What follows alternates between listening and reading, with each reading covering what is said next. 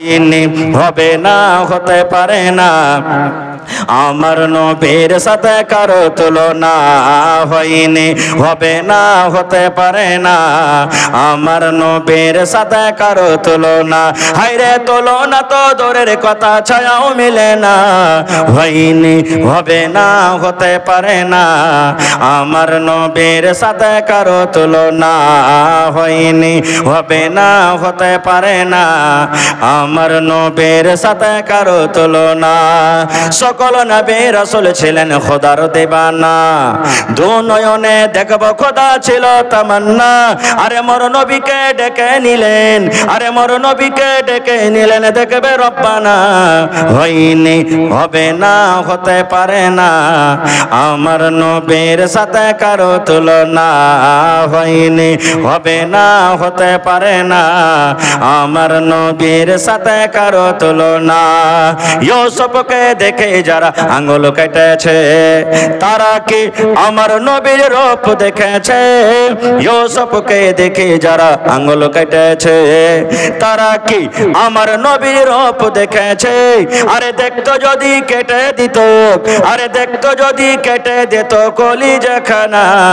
হয়নি, হবে না, হতে পারে না আমার নবীর সাথে কারো তুলনা হয়নি, হবে না, হতে পারে না আমার নবীর সাথে কারো তুলনা। যার শানে আল্লাহ তাআলা করলেন ঘোষণা, খলকে আযম আমার শাহে মদিনা। যার শানে আল্লাহ তাআলা করলেন ঘোষণা, খলকে আযম আমার শাহে মদিনা। মুসলমানে নবী ছাড়া কিছুই মানে না, মুমিনে কোরআন ছাড়া কিছুই বোঝে না।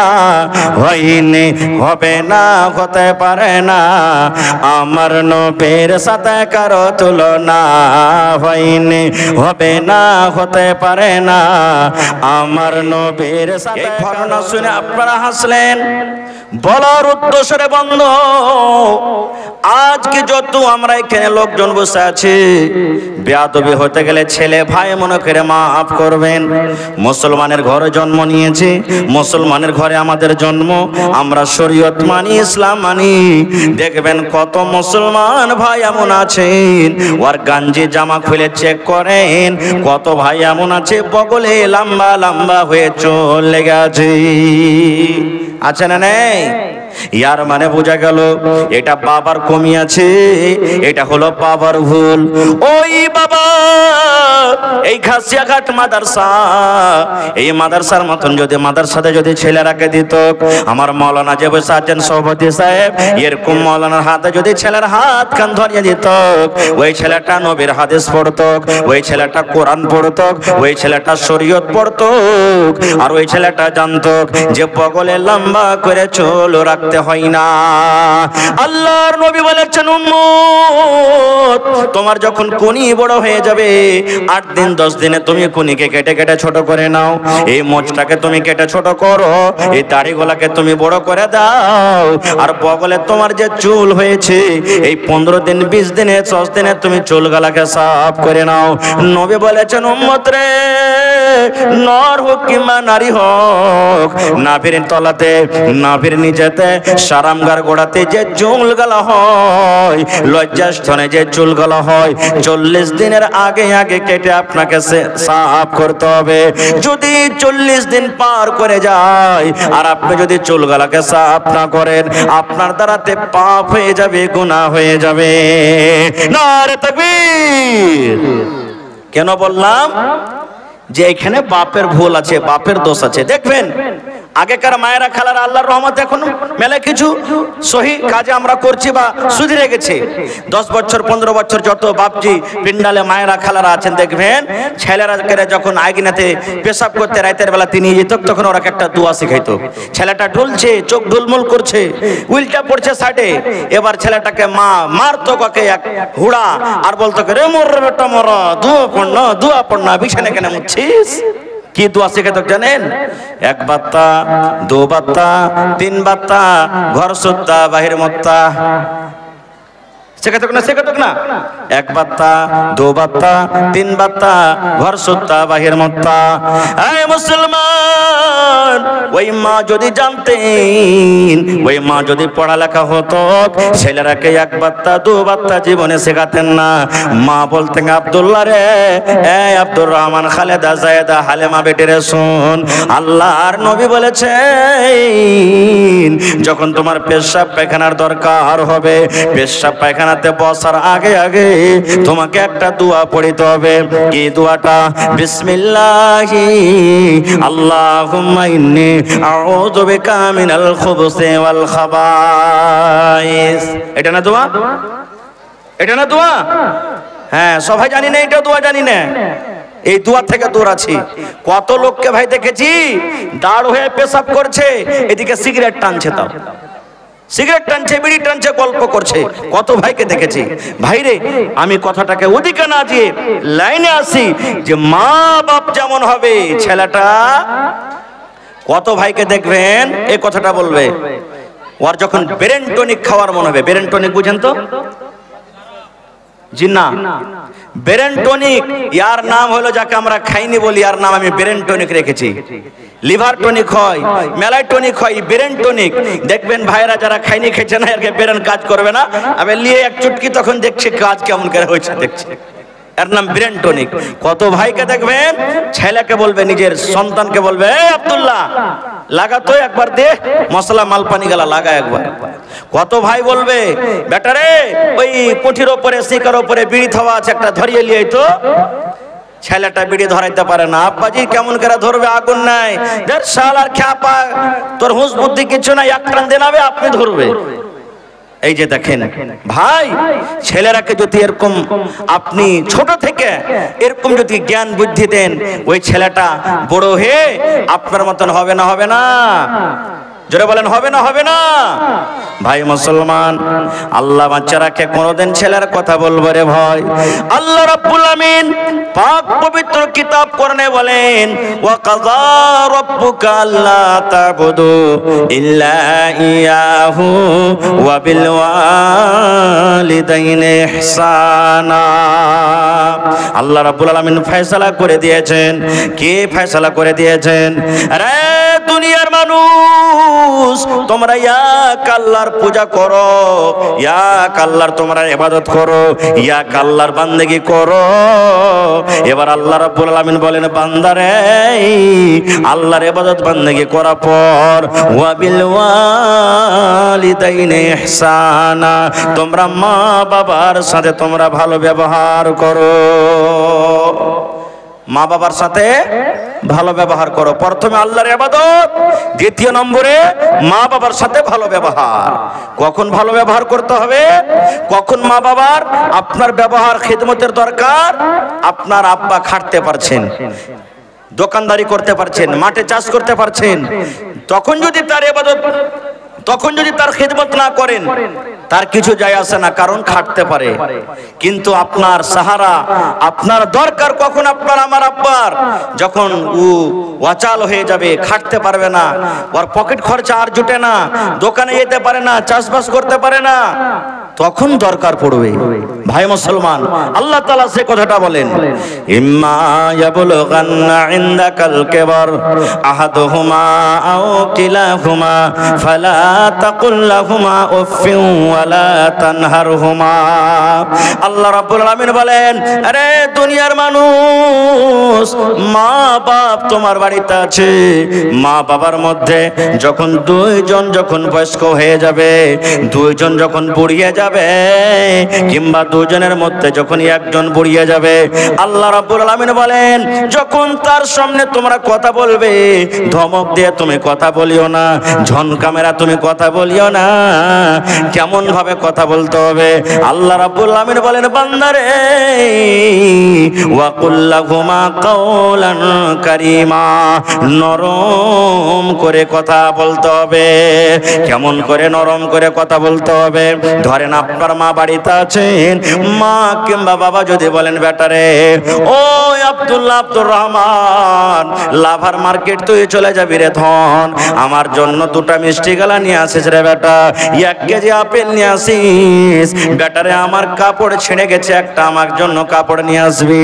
যদি আব্বা বলে বেটারি আমার লুঙ্গিটা ছিঁড়ে গেছে রে ধন, আমার জন্য একটা তুই সুন্দর লুঙ্গি নিয়ে আসবে, এই মতো যদি আমার আপনার আব্বা জান কোনো কথা বলেন, আল্লাহ বলেন বান্দারে মা বাবার সাথে তুমি চোখ গরম করে কথা বলিও না, ধমক দিয়ে তুমি কথা বলিও না, পারবো না পারবো না পারবো না এভাবে তুমি বলিও না। তুমি যদি গরিব মানুষ হও, তোমার পকেটে যদি টাকা না থাকে, মাকে আদর করে সুন্দর করে বলো মা গো ও আমার আব্বা জান 2 দিন আপনি থামেন, 3 দিন থামেন, 5 দিন থামেন, আপনার জন্য আমি সুন্দর একটা কাপড় নিয়ে আসবো, আপনার জন্য আমি মিষ্টি নিয়ে আসবো। এইভাবে সুন্দর করে মিষ্টি ভাবে কথা বলতে হবে। আল্লাহ রাব্বুল আলামিন বলেন বান্দারে যেন তোমার কথা শুনে তোমার আব্বার কলিজাতে যেন ধাক্কা না লেগে যায়, যেন তোমার কথাটা শুনে তোমার মায়ের কলিজাতে যেন ধাক্কা না লেগে যায়। এবার আল্লাহ রাব্বুল আলামিন তারপরে বলেন আরে আমার বান্দা তোমার মা বাবা এত বড় নিয়ামত, মা বাবা এত বড় নিয়ামত, মা বাবাকে এত বড় নিয়ামত করে তোমাকে দিয়েছি, সেই মা বাবার জন্য তোমরা দোয়া করবে। কিভাবে দোয়া করবে? রব্বির হামহুমা কামা রাব্বায়ানি সগীরা, পড়েন মনে মনে রব্বির হামহুমা কামা রাব্বায়ানি সগীরা। আয় আল্লাহ তুমি আমার মা বাবার পরে ওরকম রহম করো, দয়া করো যেমন ছোটকালে আমার প্রতি রহম দয়া করেছে। ছোটকালে দয়া করেনি ভাই? রহম করেননি? জোরে বলেন রহম করেছেন না করেননি? রহম করেছেন। কিভাবে রহম করেছেন? ওরে সুবহানাল্লাহ, যখন দুনিয়াতে আমরা এসেছি আমাদের মুখে কথা ছিল না, শুধু কান্না ছাড়া, কান্না ছাড়া কোনো কথা মাকে মা বলে ডাকতে পারতাম না। ও মা ভোক লেগেছে খেতে দাও, মা পায়খানা করেছি কিংবা পায়খানা করব, এই মতো আমরা কথা বলতে পারতাম না। ওরে সুবহানাল্লাহ, আল্লাহ রাব্বুল আমিন মা বাবাকে আমাদের জন্য এত বড় নিয়ামত দান করেছেন রে বন্ধু। আমার মা আপনার মা যখন বাড়িতে কোনো কাম কাজ করতেন, হয়তো গলি ঝাড়ু দিয়েছেন, রুটি ভরছেন, রান্না বান্না করছেন, আমাকে আপনাকে ঝোলনাতে বিছানাতে শুতিয়ে রেখেছেন। এবারে মার কিন্তু টান লাগা আছে, আমার আব্দুল্লাহ খালেদা জায়েদা বিছানায় ঘুমিয়ে আছে, কখন উঠে যাবে কানবে। ওরে সুবহানাল্লাহ, কাজ করতে করতে প্যাক করে একটু কান্দন দিয়েছি, মা দুনিয়ার সমস্ত কাজকে ছেড়ে আমার আপনার জন্য দৌড়াতে দৌড়াতে এসে হাজির হয়ে গেছেন। মা আমাকে আপনাকে জড়িয়ে কোলে নিয়েছেন, আমার আব্দুল্লাহকে ভোগ লেগেছে রে, আমার খালেদা জায়েদাকে ক্ষুধা লেগেছে, মা দুধ পান করালছেন। এ ভাই মুসলমান, তাই আল্লাহর নবীর দরবারে একজন সাহাবী এসে নবীকে প্রশ্ন করলেন, ইয়া রাসূলুল্লাহ, আল্লাহর নবী গো মা বাবা আমার বাড়িতে আছে গো নবীজি, মা আমার আব্বাই আমার, মা বাবার মধ্যে কার আমার উপরে বেশি হক? আমার উপরে কার বেশি হক, মায়ের হক না আব্বার হক? আল্লাহ নবী বললেন সাহাবী রে, উম্মুকা তোমার মায়ের হক। একজন সাহাবী বলছেন মান হাক্কু বিহুসনি সাহাবাতি, আল্লাহ রাসূল আমার উপরে আমার মার কিংবা বাপ এই দুজনের মধ্যে কার বেশি হক? আল্লাহ রাসূল বললেন উম্মুকা তোমার মায়ের হক। আবার সে সাহাবী বলছেন ইয়া রাসূলুল্লাহ তারপরে কার হক? নবী আবার বললেন উম্মুকা তোমার মায়ের হক। আবার সে সাহাবী প্রশ্ন করলেন ইয়া রাসূলুল্লাহ এইবারে কার হক? আবার নবী বললেন উম্মুকা তোমার মায়ের হক। এবার চতুর্থ নম্বরে সে সাহাবী প্রশ্ন করলেন ইয়া রাসূলুল্লাহ এবার কার হক? এবার নবী বললেন সাহাবী রে আবুকা তোমার আব্বার হক। তাইলে তিনবার মায়ের হক দিয়ে দিলেন, একবার আব্বার হক দিলেন। বন্ধুরা, তবে এই কথা আমাদেরকে বুঝতে হবে না যে মার বেশি হক, মায়ের খেদমত করব, মার কথা শুনবো, মার কথা মানবো, কিন্তু আব্বার কথা শুনবো না, আব্বার কথা মানবো না, কারণ আব্বার হলো হক কম।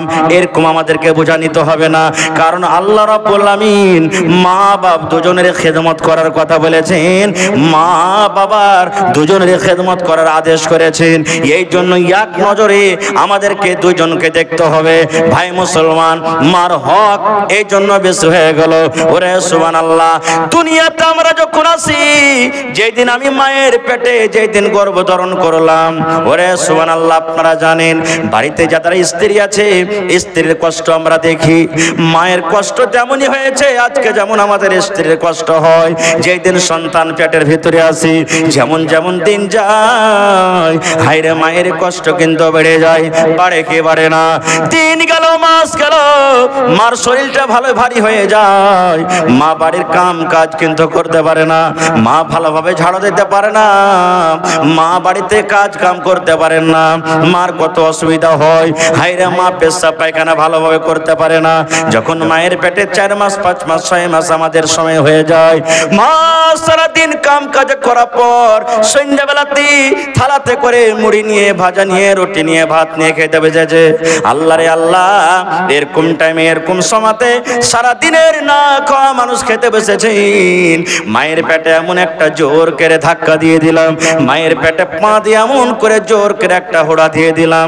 হায়রে আমার দরদিনী মা, মা সারাদিনের কাজ করা মানুষ, না খেয়ে মা চোখ দিয়ে ঝরঝর করে পানি ঝরাতে ঝরাতে মা শুয়ে গেলেন। শুধু তা নয় রে ভাই, যেই দিন দুনিয়াতে আমরা এসেছি, হায় মায়ের কষ্ট এমন একটা ব্যথা আছে, মা দোয়া করেন আল্লাহ রে মরে যাওয়া ভালো, কিন্তু এরকম আর কষ্ট আমি সহ্য করতে পারি না রব্বুল আলামিন।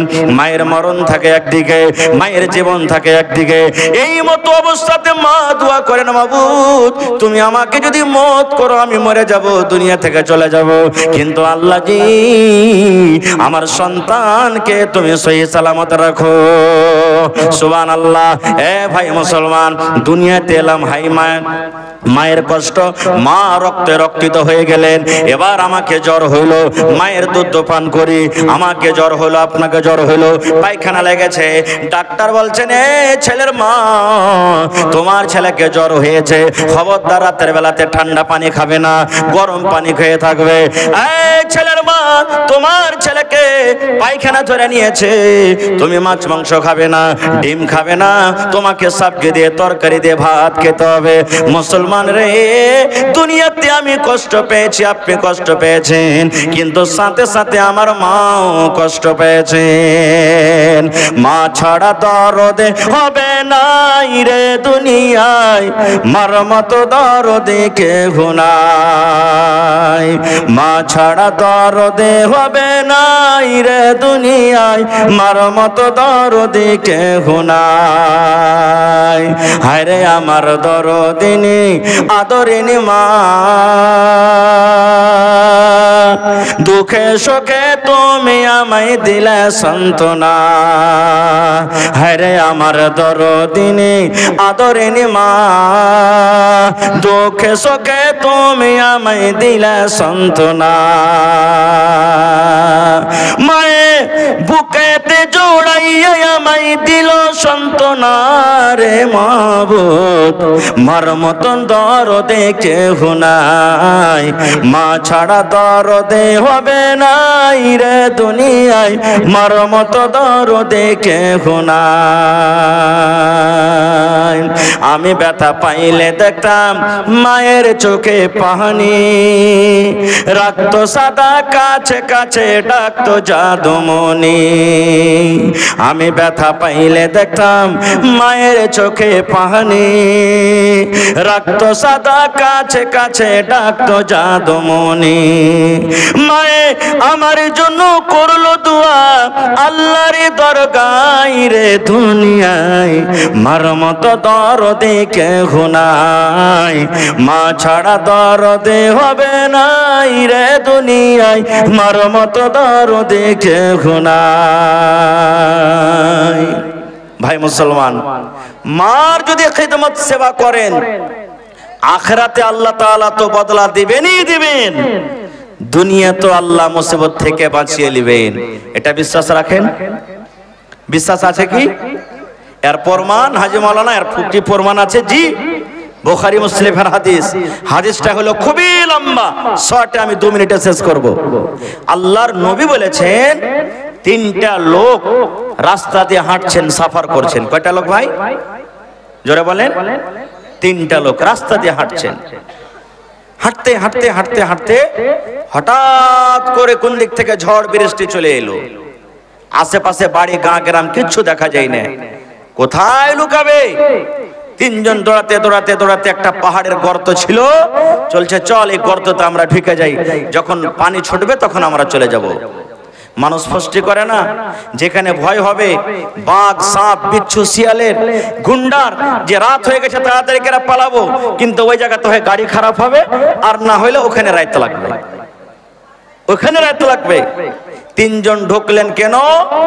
বৃষ্টি থেকে, ঝড় থেকে, তুফান থেকে বাঁচবো বলে।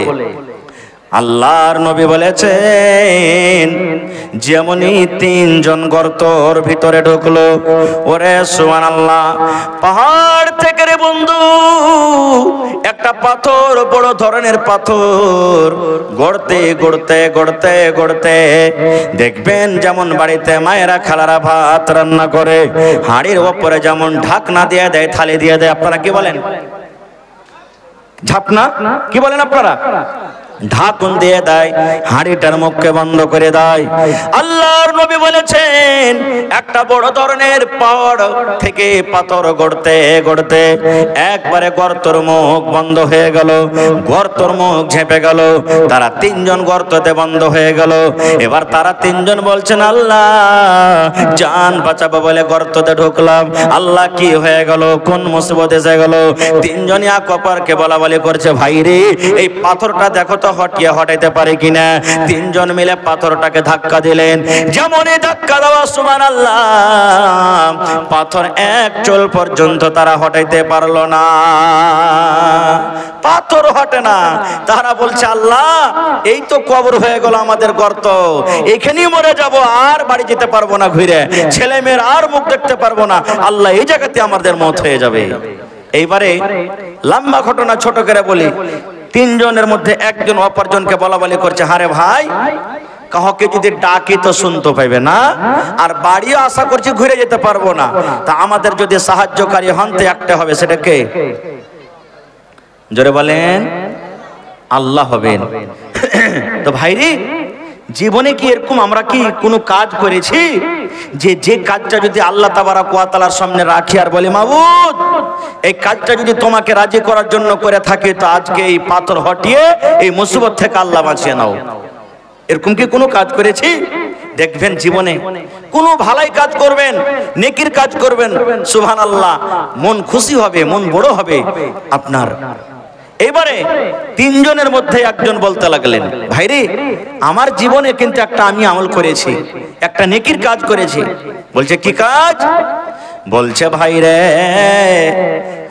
খানা কাজ করেছি রে ভাই। বলছে, কি কাজ? বলছে, ভাই রে আমার বাড়িতে আমার আব্বা জান ছিলেন, মা ছিলেন, বাপ ছিলেন 2জন, কিন্তু তারা বুড়া মানুষ হয়েছিলেন, বয়স্ক হয়ে গেছিলেন। এবার আমার বাড়িতে কিছু বকরি ছিল, ওই বকরি আমি চড়াইতে যাইতাম।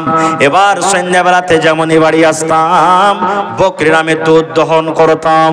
দুধ দহন করে সর্বপ্রথম আমার মাকে আব্বাকে আমি পান করাতাম, এবারে তারপরে আমার ছেলে মেয়েরাকে আমি দিতাম। এটা আমার আমল, যে প্রথমে দুধ দহন করে কাকে দিতাম? জোরে বলেন। মা বাপকে, তারপরে ছেলে মেয়েকে দিতাম।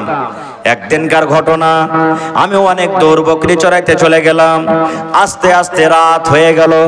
যেমনই আমি বাড়িতে ঢুকলাম, দেখছি আমার মা বাপ দুজনও কিন্তু ঘুমিয়ে গেছেন। দুজনই ঘুমিয়ে গেছেন, মা বাবা দুজনই ঘুমিয়ে গেছেন। এবার আমি দুধ দহন করলাম, পেয়ালাতে আমি দুধ নিয়ে বাড়িতে ঢুকলাম। আমার ছেলেরা মেয়েরা পায়ের গোড়াতে গোড়াতে পাঞ্জরে হাঁটে আর বলে, আব্বা দুধ দাও, আব্বা দুধ দাও। আমি তখন বললাম, বেটা রে, যতক্ষণ পর্যন্ত আমার মা বাপকে আমি দুধ না দিব, যতক্ষণ পর্যন্ত আমার মা বাপ দুধ না পান করবে, ততক্ষণ পর্যন্ত আমি তোদেরকে দেব না। এই বলে আমি পেয়ালা নিয়ে দাঁড় হয়ে গেলাম। মায়ের সিথানে আমি দাঁড় হয়ে গেলাম, মায়ের ঘরের দুয়ারে আমি দাঁড় হয়ে গেলাম। আমার ছেলেরা দুধ চাইতে চাইতে তারা ঘুমিয়ে গেল। এই মুসলমান, কতক্ষণ দাঁড়িয়ে থাকলেন? 1 ঘন্টা নয় রে, 2 ঘন্টা নয়। ওরে সুবহানাল্লাহ, যখন মুয়াজ্জিন সাহেব ফজরের টাইমে আসসালাতু খায়রুম মিনান নাওম, ঠিক ফজরের টাইমে আজানের সময়তে মা বাবার ঘুম ভেঙে গেছে। এবারে দেখছে দুয়ারে মাথার উপরে সিতানে কে যেন দাঁড়িয়ে আছে। মা জিজ্ঞাসা করলেন, বেটা কেন দাঁড়িয়ে আছিস? বলছে, মা গে, আজকে আমি অনেক দূর বকরি চড়াইতে চলে গেছিলাম গে মা, আসতে আমার দেরি হয়ে গেছে। বাড়ি এসে দেখছি তোমরা দুজন ঘুমিয়ে গেছো। এবার আমি ওই দুধ হাতে করে, পেয়ালাটা হাতে করে মা আমি দাঁড় হয়ে আছি। আমি ভাবলাম এই আমার মা জাগবে, এই দুধ দিব, এই আমার মা জাগবে, আমি দুধ দিব। কিন্তু মা তোমরা জাগতে পারলে না, আমি পেয়ালা নিয়ে দাঁড় হয়ে আছি। মা বলছে, বেটা রে, তুমি কেন ঘুমিয়ে যাওনি রে ছেলে, কেন তুমি ঘুমিয়ে যাওনি? বলছে, মা গে, এই জন্য আমি ঘুমাইনি গে মা, যদি রাতের বেলাতে ক্ষুধার কারণে যদি তোমরা আমাকে ডাকতে, আব্দুল্লাহ, আব্দুর রহমান রে, দুধ নিয়ে রে বেটা, দুধ নিয়ে আয়, আর আমি যদি ঘুমের অবস্থায় থাকতাম, আমি যদি জাগতে না পারতাম, তাহলে মা ওই টাইমে আল্লাহ রাব্বুল আমিন নারাজ হয়ে যেত আমার উপরে।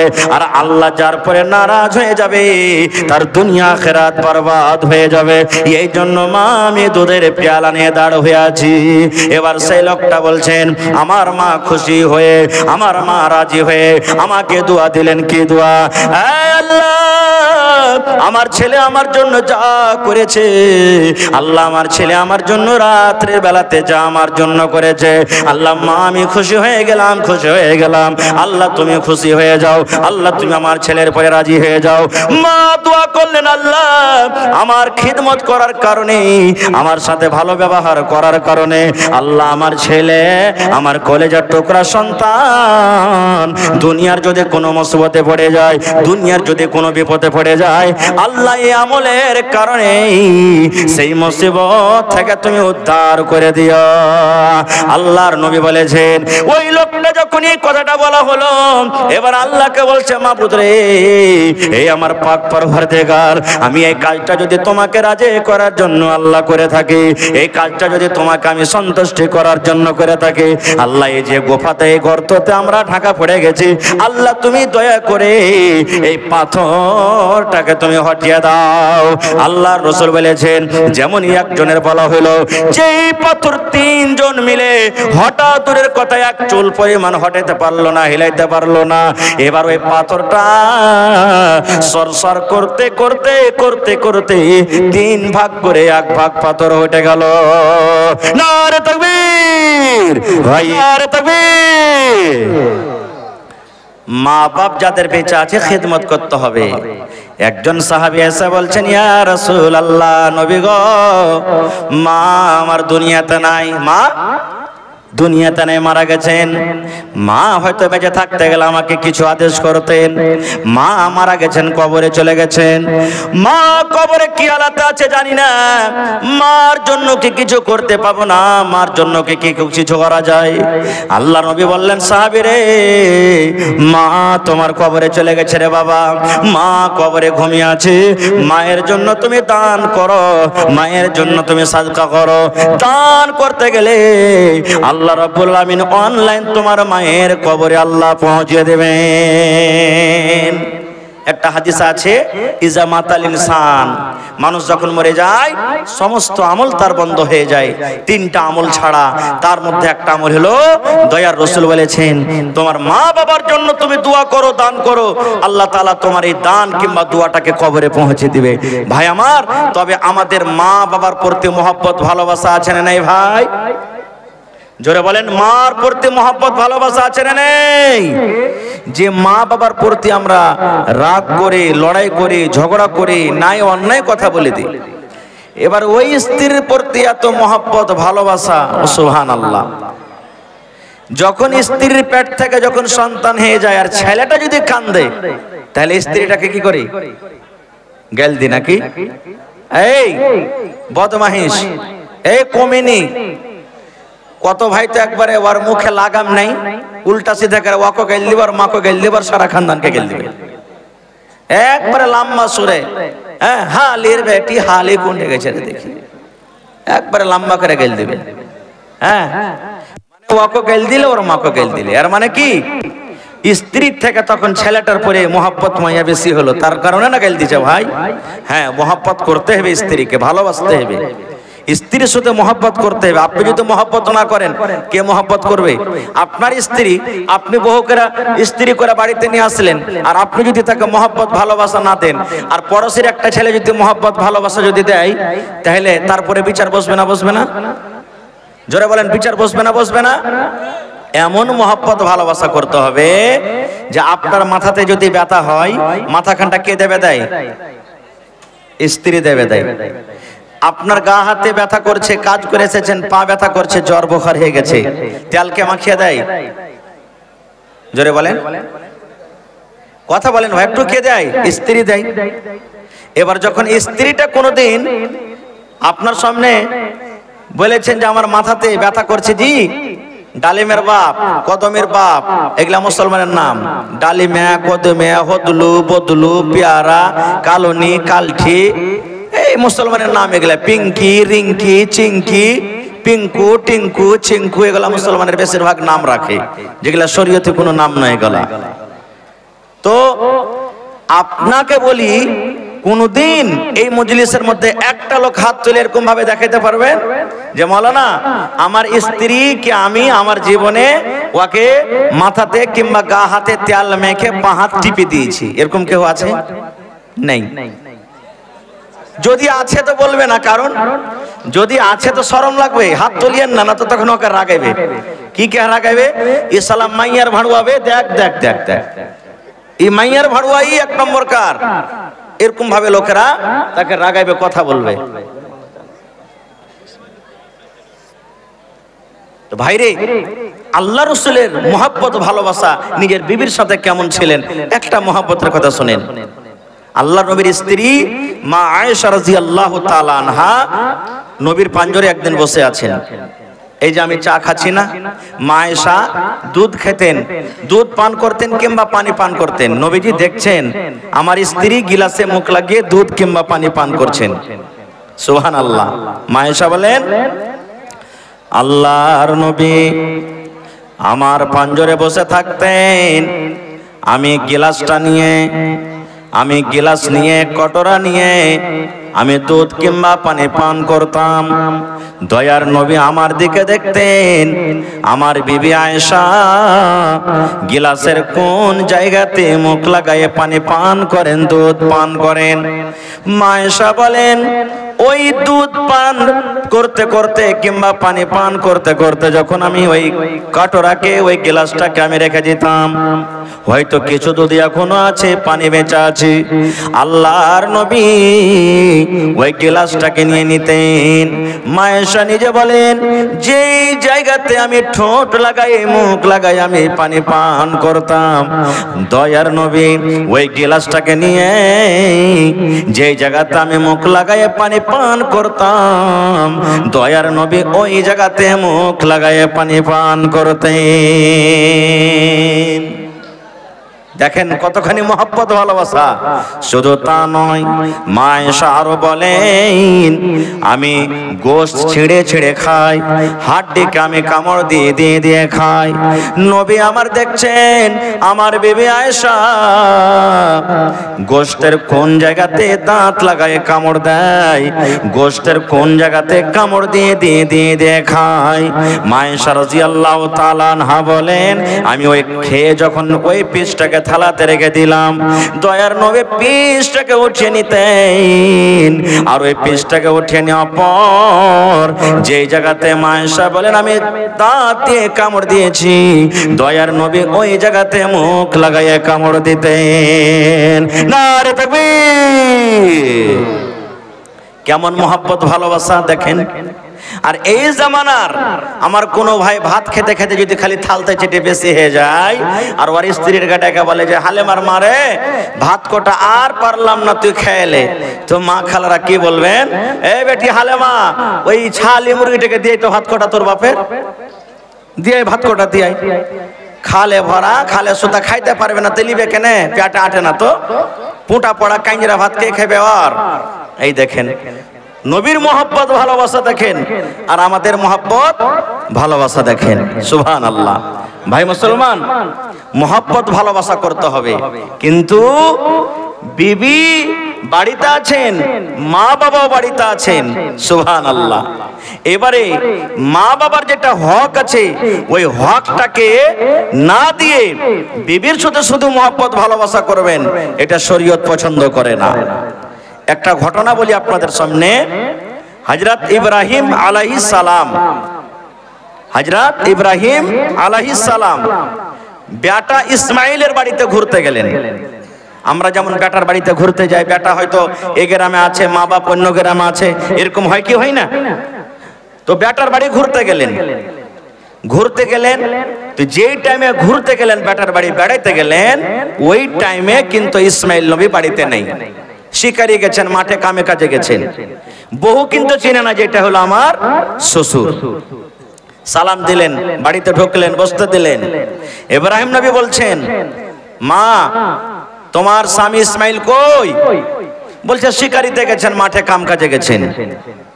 কেমন আছো তোমরা, কিভাবে তোমাদের সংসারটা কাটে? তো বহু নাশুকরি করেছেন। নাশুকরি কি জানেন? ভালো জীবনটা কাটে না, কখন খেতে পাচ্ছি কখন পাই না, জামাই লোকের কথা। মহিলারা এত নাশুকরি, এত নাশুকরি। দেখবেন ওর নাশুকরিটা দেখবেন, যখন কোনো ভাইয়ের বিয়া লাগবে আলমারিতে গোদরেজে 3 খান 4 খান 1000-1500 টাকা দামের কাপড় ভরা আছে, আর যখন বিয়া লাগবে দুদিন আগে বলবে ডাবলুর বা কি হয়েছে জি, আমার হদলার যে বিহাটা লাগলো তো কাল কি পিন্ধে যাব বিহা খেতে। দেখেন 3 খান কাপড় ভরা আছে আলমারিতে, আর বলবে যে কি পিন্ধে যাব। আর ওই নতুন কাপড় পিন্ধে তখন যাবে বিয়েকে দেখাইতে, বহুনুকে দেখাইতে যাবে, অন্য বাড়িতে দেখাইতে যাবে। আর যে বেচারি কষ্ট করে এত রোদে বাতাসে ঠান্ডাতে কষ্ট করে ওকে কাপড় খান কিনে দিলে, আর ওর সামনে এমন ছেঁড়া কাপড় পিন্ধে থাকবে যে মনে হয় 4 হাত দূর থেকে আসতে গেলে কবে হট তুই দূরে থাকিস না আমার পারে, এমন দুর্গন্ধ করবে। তো নাশুকরি করে দিলেন। এবার হযরত ইব্রাহিম আলাইহিস সালাম ওই নিজের বহুকে বলছেন, কিন্তু বহু জানে না এটা হলো আমার শ্বশুর। কে বলছেন? বলছেন আল্লাহর বান্দিরে, তোমার স্বামী ইসমাইল যখন বাড়িতে আসবে, সন্ধ্যাবেলাতে কিংবা যে কোনো টাইমে যখন বাড়িতে ঢুকবে, আমার সালাম তুমি জানিয়ে দিও, আর তোমার স্বামীকে তুমি এলান করে দিও, বলে দিও যে তোমার বাড়ির চৌখাট ভালো নয়, এই তোমার বাড়ির চৌখাট যা আছে চৌখাটটা ঠিকঠাক নাই, কারণ এই চৌখাট তুমি পাল্টা দাও, চৌখাটকে তুমি বদলে দাও। তোমার স্বামী যখন বাড়িতে আসবে আমার সালাম দিয়ে দিও, আর ওকে বলিও যে এই বাড়ির চৌখাটটা যেন বদলে লাই। সুবহানাল্লাহ। হযরত ইসমাইল আলাইহিস সালাম বাড়িতে ঢুকলেন, বিবিকে বলছেন আমার বাড়ি থেকে এসেছিলেন নাকি? না। তো হ্যাঁ, একটা বুড়া মানুষ বাড়িতে এসেছিলেন। কি বলেছেন? বলছে স্বামী গো, আপনার কথা বলেছেন যখন বাড়িতে আসবে আমার সালামটা তাকে জানিয়ে দিও, আর এই কথাটা বলে দিও এই বাড়ির চৌখাট ভালো নয়, এই দয়া করে যেন ইসমাইল এই চৌখাটটাকে পাল্টে দেয়। যখন যখন কথাটা বললেন সুবহানাল্লাহ, হযরত ইসমাঈল আলাইহিস সালাম বলছেন, বিবি রে, যে বুড়া লোকটা আমার বাড়িতে এসেছিলেন সে কোনো অন্য মানুষ নয় রে, অন্য কোনো লোক নয়, সেটা হলেন আমার আব্বাজান, সেটা হলেন আমার আব্বাজান, সেটা হলেন আমার আব্বাজান ইব্রাহিম নবী খলিলুল্লাহ, সেটা হলেন আমার আব্বাজান। এই আমার ভালোবাসা বিবি শুনে নাও, তোমার ব্যবহারে, তোমার চরিত্রতে, তোমার আখলাকে আমার আব্বাজান খুশি হয়নি, আমার আব্বাজান নারাজ হয়ে গেছেন, তোমার চরিত্রটা আমার আব্বাজানকে ভালো লাগেনি, এই জন্য আমাকে আদেশ করেছেন যে এই বাড়ির চৌখাট পাল্টে দিও। চৌখাট বলতে বিবিরে তুমি, তোমাকে তালাক দেওয়ার কথা আমার আব্বাজান বলে গেছেন। বাড়ির চৌখাট হলে তুমি, তোমাকে তালাক দেওয়ার কথা বলেছেন, যাও তোমাকে তালাক দিয়ে দিলাম, তুমি বাপের বাড়িতে চলে যাও। এই দেখেন সুবহানাল্লাহ, কেমন ছিলেন বাপ আর কেমন ছিলেন বেটা, যে বাপ বেটার কথা শুনে নিলেন আর বুঝে নিলেন যে চৌখাটের মানে কি, আল্লাহুস সামাদ। আর আমাদের বাপ বেটার রিশতা, মোহব্বত, ভালোবাসা কেমন জানতে পারছেন। তাই তো কবি বলছেন, বাপ কা বেটা সরস কা ঘোড়া কুছ নাই তো থোড়া থোড়া। বাপ যেমন হবে বেটা তেমন হবে। গ্রামের যদি মোড়ল ভালো হয় ওর পর্যা ভালো হবে, দেশের রাজা ভালো হয় পর্যারা ভালো হবে। বাপ ভালো হইতে গেলে অবশ্যই বেটারা ভালো হবেন। বেটারা ভালো হবে না, খারাপ হবে, কিন্তু সবই খারাপ হবে না। যেমন একটা গল্প বলছি, হাদিস কোরআনের কথা নয় এটা, হাদিস কোরআনের এটা কথা নয়, এটা একটা গল্প বোঝার জন্য বলছি। একটা ছেলে রাস্তা দিয়ে হাঁটছে, হাঁটতে হাঁটতে হাঁটতে হাঁটতে দেখেন যে আপনার লাভা স্টেশন, নাকি লাভা স্টেশনে একটা দোকানে খুবই ভিড়, নাস্তার দোকানে খুব ভিড়, এত ভিড় যে দোকানদার মানে আরাম পাই না যে কখন আমি আরাম করবো, এত ভিড়। ছেলেটা পড়ালেখা ছেলে, ব্যাগ ঘাড়ে আছে। একটা লোককে বলছেন যে হ্যাঁ রে ভাই, দোকানে ভিড় কিসের হয়েছে? বুঝে বলিস না রে ভাই, এই দোকানে লিট্টির ভিড়, লিট্টি এত বলছে। লিট্টি বুঝেন তো, সামোসা লিট্টি, লিট্টি যেটা হয়। বলছে ভাই লিট্টি এতই দোকানের ভালো যে ও বিক্রি করে ওর করতে পারে না। ছেলেটা বলছে যে তাহলে আমিও খেয়ে দেখি কখন আসবো না আসবো। লিট্টির দোকানে ঢুকেছে, ঢুকে বেঞ্চ টেবিলে বসে বলছে যে লিট্টিওয়ালা ভাই, আমাকে একটা লিট্টি গেলা দাও তো। যারা হুঁশিয়ার মানুষ, পড়ালেখা বুদ্ধিজীবী মানুষ, খানা খাওয়ার আগে দেখবে যে খানাটা কেমন, কিছু নাই তো খানাতে। এবার যেমনই লিট্টিটা তার সামনে দিয়েছে ভাই, এবার লিট্টিটাকে যেমনই ভেঙেছে, দেখছে এখানটা চুল পেয়েছে, তো ওরকমটা কি পেয়েছে, চুল পেয়েছে। তখন বলছে ছেলেটা যে ভাই কেমন লিট্টি দিলি রে ভাই, পাল্টে দে না, অন্য লিট্টি দে, এতে চুল আছে। ওই থালাটাকে হটিয়ে অন্য আরেকটা থালাতে আরেকটা লিট্টি দিয়েছে। দেখছে তো অত এখানটা এত বড় চুল লেগে আছে, এর মাথা খারাপ।